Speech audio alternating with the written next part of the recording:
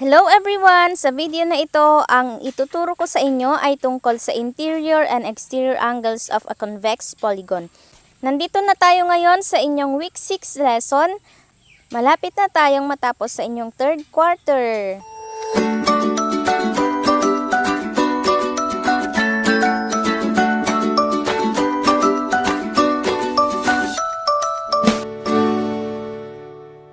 Hello everyone! Welcome back to my YouTube channel. Kung bago ka pa lang sa channel ko, gumagawa ako ng mga Tagalog tutorial videos mula grade 7 hanggang grade 11. Kung interesado ka, please like, subscribe, at i-click mo na rin ang notification bell para ma-notify ka kapag may bago akong upload na video. Just keep on watching!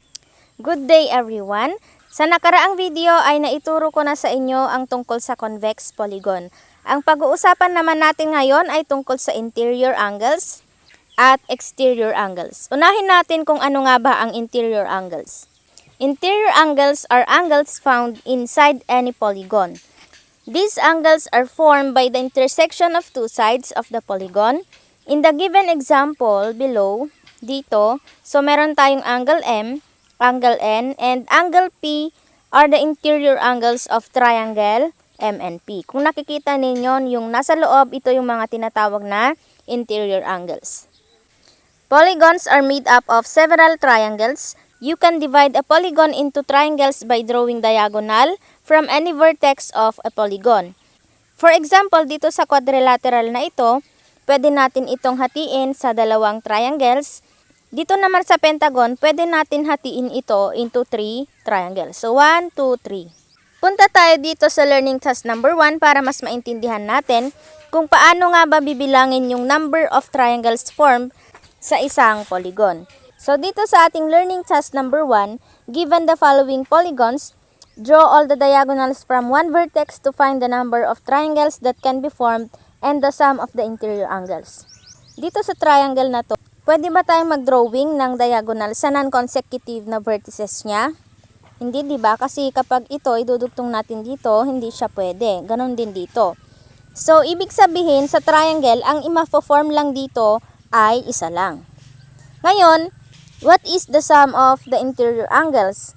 Always remember na kapag triangle ang pinag-uusapan natin, ang sum of interior angles niya ay 180 degrees. Okay? Next, dito naman tayo sa number 2. Ilang side ito? So, meron tayong 1, 2, 3, 4, 5, 6. Ibig sabihin, this is a hexagon. Ngayon, mag-drawing tayo ng diagonal para malaman natin kung ilan ang triangles na ma-form dito. So, 1, 2, 3. So, 3 diagonal yung na-drawing natin at ilang triangles ang na-form. So, meron tayong 1, 2, 3, 4. So, 4 yung ilalagay natin dyan. Ngayon, ilan naman yung sum of interior angles? May formula sa pagkuha ng sum of interior angles and that is sum of interior angles is equal to kung ilan yung side. So, 6 side ito, kaya 6 minus 2 times 180 degrees. So, 6 minus 2 is equal to 4 times 180 degrees. That would be equal to 720 degrees. Okay? Or simple lang, i-multiply lang natin itong 4 sa 180 degrees. Next, dito na tayo sa quadrilateral. So, dito sa quadrilateral, ilan ang mafo-form natin na triangles dito? So, meron tayong 2 triangle. So, wag kayong mako-confuse dito ha. Baka sabihin ninyo, pwede pang mag-drawing dito yung ng diagonal. So, ang rule natin is mag-drawing lang kayo ng diagonal mula sa isang vertex lang hanggang doon sa non-consecutive vertex niya. Kaya 2 lang yung mafo-form dito. So, pwede rin naman dito yung diagonal niya, pero 2 pa rin naman yung mafo-form na triangle. So, the number of triangles formed is 2, and the sum of interior angles is 2 times 180, that would be equal to 360 degrees. Next, dito tayo sa number 4. So, meron tayong nonagon dito, 9-sided polygon. Ilan ang mafo-form natin na triangles dito? So, maglagay tayo ng diagonal mula dyan hanggang dito. Then, next dito naman. Then, ganyan. Tapos, dito. Next, this vertex. Next is vertex. So, yan lang yung triangles na pwedeng ma-form dito. Ilan yung triangles na na-form? That is 1, 2, 3, 4, 5, 6, 7. Meron tayong 7 na triangles na na-form. Ilan naman yung sum of interior angles? So, sabi ko nga kanina, pwede nyo namang i-multiply yung number of triangles formed sa 180 degrees and that would be equal to 1,260 degrees. Okay? Next, dito na tayo sa number 5. So, ilan yung ating side dito? 1, 2, 3, 4, 5, 6, 7. And this is a heptagon. Mag-drawing tayo ng diagonal para malaman natin kung ilan yung triangles na ma-form. So, 1, 2, 3, 4, 4 na diagonals. And ilan yung triangle na na-form? 1, 2, 3, 4, 5.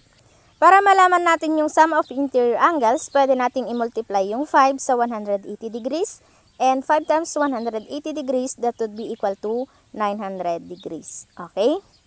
Next, punta naman tayo sa exterior angles. Ano naman ang exterior angles? Exterior angles are formed by extending the sides of a polygon and forming angles adjacent to each interior angle. The exterior angles can be drawn either in clockwise or counterclockwise direction. So, kung makikita ninyo dito, di ba clockwise siya? So, magmumula siya dito, clockwise. Dito naman, counterclockwise. So, ang exterior angles, ito yung nasa labas ng polygon kapag in-extend natin yung mga sides. Okay? As you can see dito sa ating table, sa triangle, mayroon tayong number of linear pair na 3. And the sum of linear pairs on vertices is equal to 540 degrees. At yung sum ng interior angles naman ay 180 degrees. Then yung sum ng exterior angles is equal to 360 degrees. At kung mapapansin ninyo, dito sa quadrilateral, pentagon, hexagon, heptagon, and gon, lahat ng sum of exterior angles nila ay 360 degrees. So we can say that sum of the exterior angles is equal to sum of linear pairs minus sum of interior angles. So ang sum of interior angles, di ba, is n minus 2 times 180 degrees. Ito yung formula natin kanina. Yung sum of linear pairs naman is 180 degrees times n. At kapag i-derive natin to, 180 degrees n minus 180 degrees n plus 360 degrees is equal to 360 degrees. So, kahit ilan yung side ng polygon, ang sum of the exterior angles niya is always equal to 360. Okay? So, dito sa ating learning task number 2, given the following sums of the linear pairs on vertices and the sum of interior angles of the polygons, find the sum of the exterior angles of the polygon. So, 900 minus 540, that would be equal to 360 degrees. 1080 minus 720, that would be equal to 360 degrees. 1440 minus 1080 is equal to 360 degrees. 1620 degrees minus 1260 degrees is equal to 360 degrees. And 1980 minus 1620 degrees is equal to 360 degrees. So, kagaya nga ng sinabi ko sa inyo kanina, lahat ng sum of the exterior angles of a polygon is always equal to 360 degrees. Next, punta naman tayo dito sa ating assessment. Read each item carefully. Write the capital letter that corresponds to your correct answer. Number 1, given the figure at the right, what is the relationship between the interior angle T and exterior angle S? So, meron tayong pentagon dito. Ano daw yung relationship ng angle T, ito, at yung angle S? Complementary ba sila? Kapag inad ba natin ito 90 degrees? Hindi naman, di ba? Vertical ba sila? Hindi rin. Supplementary ba sila? Yes, kasi kapag linear pair, ang always sum nila is 180 degrees. So, angle T plus angle S is equal to 180 degrees. Next, given a polygon having the sum of linear pairs on vertices which is 900 degrees and the sum of the interior angles is 540 degrees, then what is the sum of its exterior angles?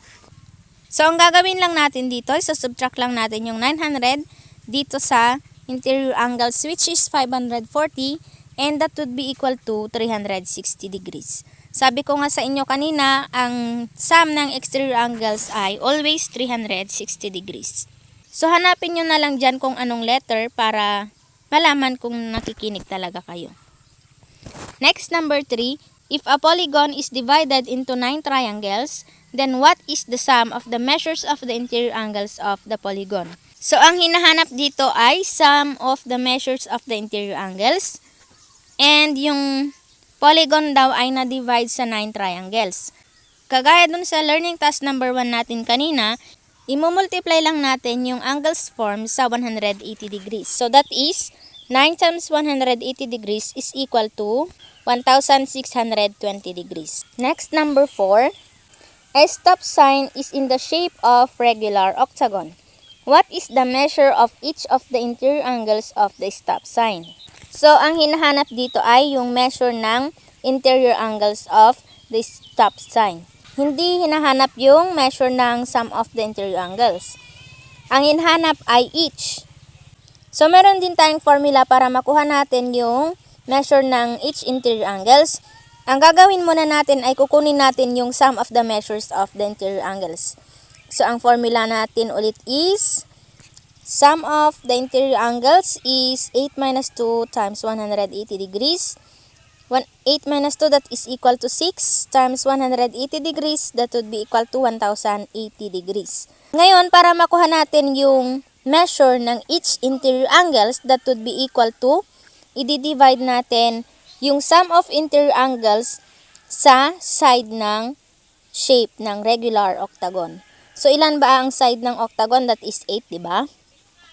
Kaya yung sum of interior angles, i-divide natin sa 8.